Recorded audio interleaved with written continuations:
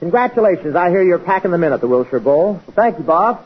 You know I'm following Phil Harris over there. That's a switch. Someone following Phil Harris. But you know, when I was there the other night, you were dancing with that fat girlfriend of yours, Skin. Hey, didn't we look swell, Bob? Yeah, she certainly made a handsome-looking couple.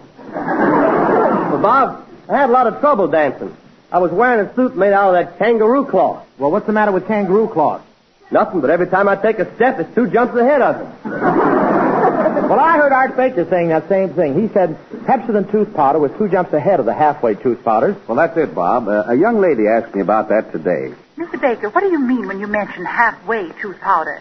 Don't most tooth powders clean teeth pretty well? Yes, they do. Yes, there are a lot of pretty good tooth powders. A lot of them will do some of the things that Pepsodent does, but there isn't a single leading brand that'll give you all the advantages to the high degree of effectiveness that you can get from Pepsodent tooth powder. Is that because of irium? Well, in part, yes. Irium is important because it's a super cleansing agent, not excelled by any that you can name. But cleansing is only half the job. Teeth have to be polished. They have to be buffed to make them lustrous and sparkling and brilliant. And unless a tooth powder makes teeth gleam, it's doing only half a job. Well, don't other tooth powders polish too? Well, not the way Pepsodent does. Pepsodent is the outstanding champion in this department because Pepsodent, and only Pepsodent, contains composite metaphosphate, the remarkably safe, effective polishing ingredient. Pepsodent developed it, Pepsodent patented it.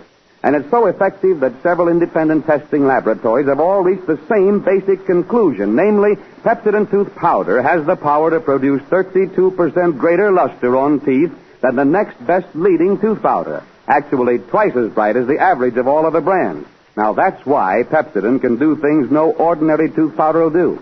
That's why your teeth will feel smoother and look brighter, at least 32% brighter than ever before. Thank you, Mr. Baker. No more halfway tooth powders for me. From now on, I'm saying Pepsodent tooth powder, please.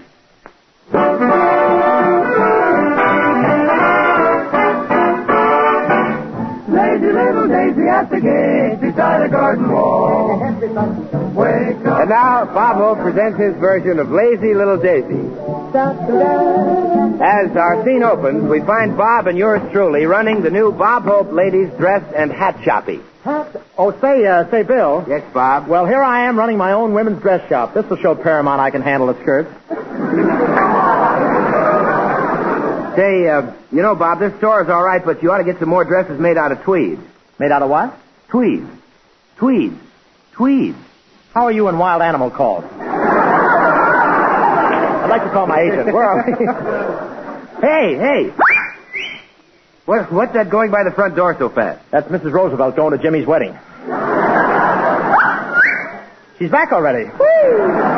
Say, Bob, you know the wax dummy in front of the store? Well, Hedda Lamar just walked by it. Hedda Lamar just walked by the wax dummy? Yeah. Well, what do you know? Candles. Say, I meant to ask you, Bill, what about the hats I designed this morning? How are they selling? Oh, fine, Bob. This afternoon, Humphrey Bogart got his first look at the hat we made for his wife. I wonder how long he'll stay up in the hills this time. Hello, Hope's Dress and Hat Shop, Hollywood Patterns exclusively. Hello, Chief. This is your assistant, Professor Colonna. Expert buyer, salesman, designer, and cutter. Also telephone slugs, free for a nickel. Never mind that, Professor. Are you selling any dresses? Yes, boss. I am now measuring Venus de Milo for a dress. Venus de Milo? Yes. How can her old man let her run around like that? Now, stand still a minute, Venus, while I take your measurement. Length, 52. Waist, 18. Arms. Come, get them out of your pockets, kid. Don't you know Venus has no arms? No arms? Very interesting. Very interesting. Come here, Veen. Oh, what's that? We learn something new every day, don't we? Say, Bob, excuse me, but that construction company called before, and they said that their order was a mistake. They wanted to buy some girders, not girdles. Well, gosh, Bill, how did they find out their mistake? Well, every time the wind blows, the 10th story does a two-way stretch. You know, Bob, I've been thinking we should have a big sale. All right, hand me the matches. Howard, hand them. to me. Not again. We're still smoking from yesterday. Well, I meant to tell you, Bob, the truck just brought in a new shipment of lingerie, and there seems to be a piece missing. One piece missing? How could that be? Well, I don't know, but that's the first time I ever saw a truck driver wearing lace panties. Bill, those weren't lace panties. The union makes them sit on a doily.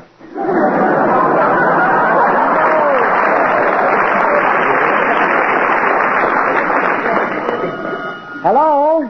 Hello, Hope. This is Colonna, the big buyer, seller, exchanger. Also room for rent in the rear.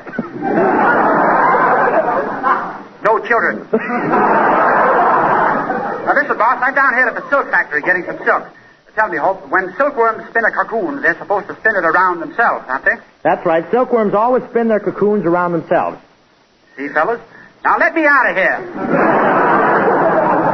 Professor Colonna, you can't make me believe you're in a cocoon. I just saw you going out to the park. Well, that's right, Hope. I'm out here at the park getting some fur.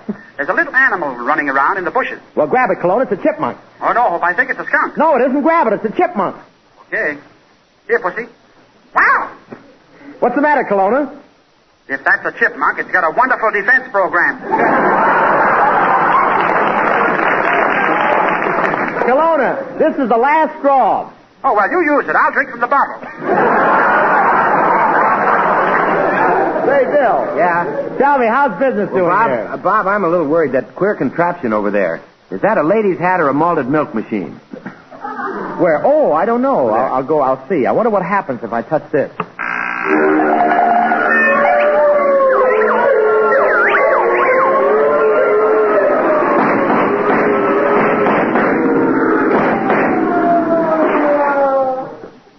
It's a hat.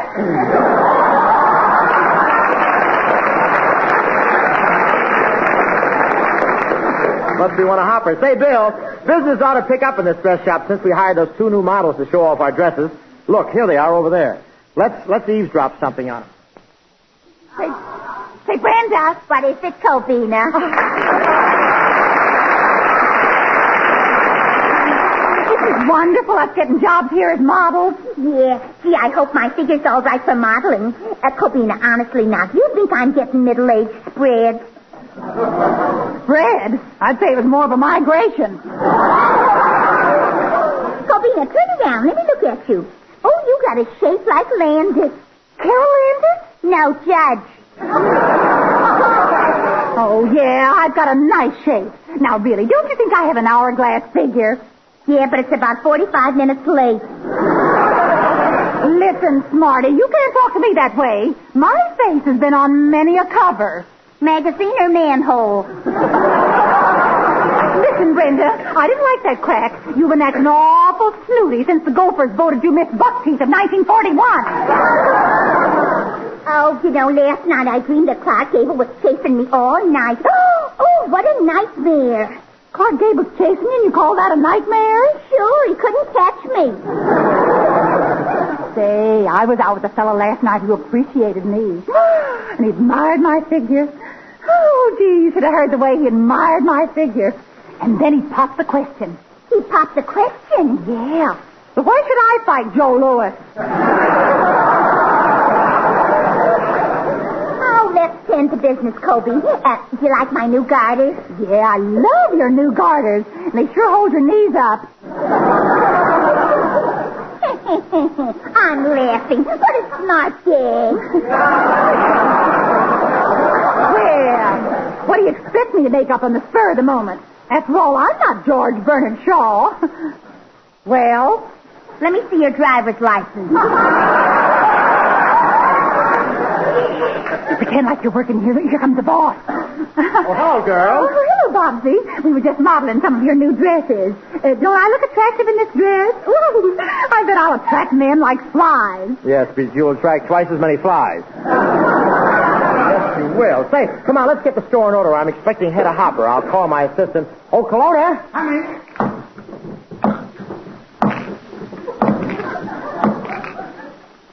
Loose eyeballs. Stop acting foolish, Colonna. You get under my skin. Why should I? I've got nothing to hide. Here comes Hedda now. Hello, Bob. Nice shop you have here. Oh, Hedda, this is Brenda and Cobina, the only 2 of their kind in the world. Really? I thought Adam had 4 sons. Well, getting on with the introductions. Professor Colonna, this is Hedda Hopper. Come again? This is Hedda Hopper. Hopper. Jitterbug, eh? Be nice to her, Professor. Miss Hopper is syndicated. Must have been a neat job. The sky doesn't show. Say, Hedda, tell me, what do you think you can do for Brenda and Cobina? They want to attract men. Can you improve their looks? Well, Bob, looks don't matter so much when it comes to attracting a man. It's the approach that counts. Do you girls approach a man with savoir-faire? No, we sneak up behind him with chloroform. No, what Hedda means is that when you meet a man, you should play hard to get. That's right. Now, here comes a man through that doorway. I want you to act with dignity and charm. Now, walk toward him casually. 1, 2, 3, go!